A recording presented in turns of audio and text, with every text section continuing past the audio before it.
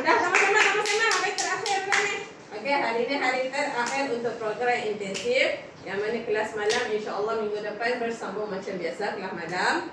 Okey, dan okey, selamat maju jaya lah untuk yang bakal masuk sekolah-sekolah, mana yang pergi sekolah baru, yang mana pergi sekolah rendah, yang mana pergi sekolah menengah.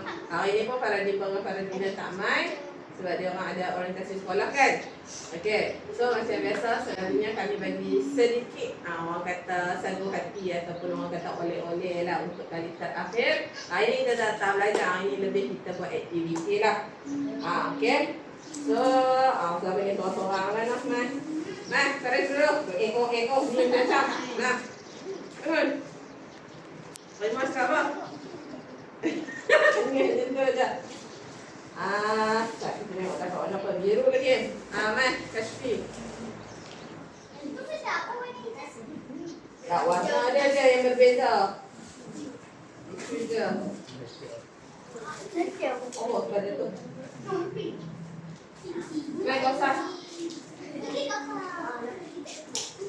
Dia tak tahu bila lagi kita nak akan jumpa sama-sama. Mas, Farah. Sama-sama. Banyak kuning. Mai, Akil.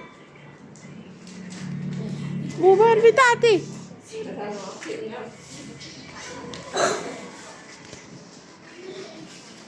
Mai, Ahmad.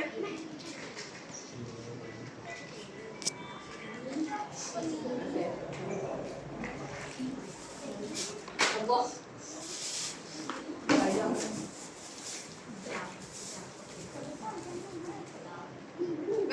Ahmad. Hamzah ni tiba-tiba hilang atau tiba-tiba mai? Apa nak je satu tengok kamera. Mai, Hamzah.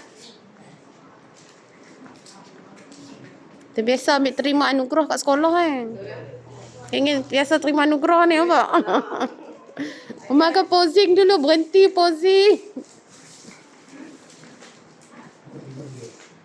Mai, aman ni. Dia balik main kot dah.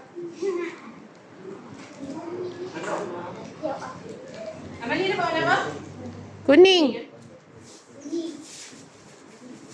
Mai, Marisa.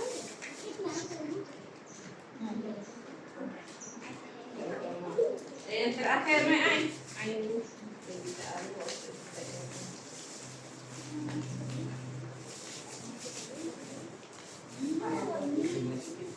Bagi dia ke arwah sama-sama. Sama.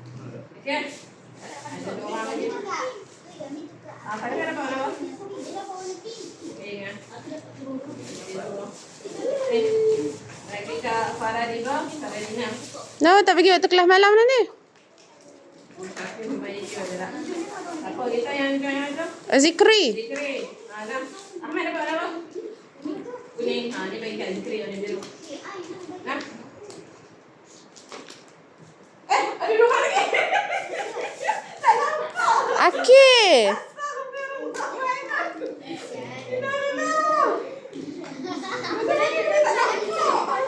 Duduk antara mes. Akil. Nampak lagi? Tak ada. Mas. Ada seorang lagi tengah melanci. Main terbesar. Yeay. Okey, semua dah dapat kan? Okey. Mana lagi? Sampai dah. Okey. Okey, Sat. Tunggu Sat.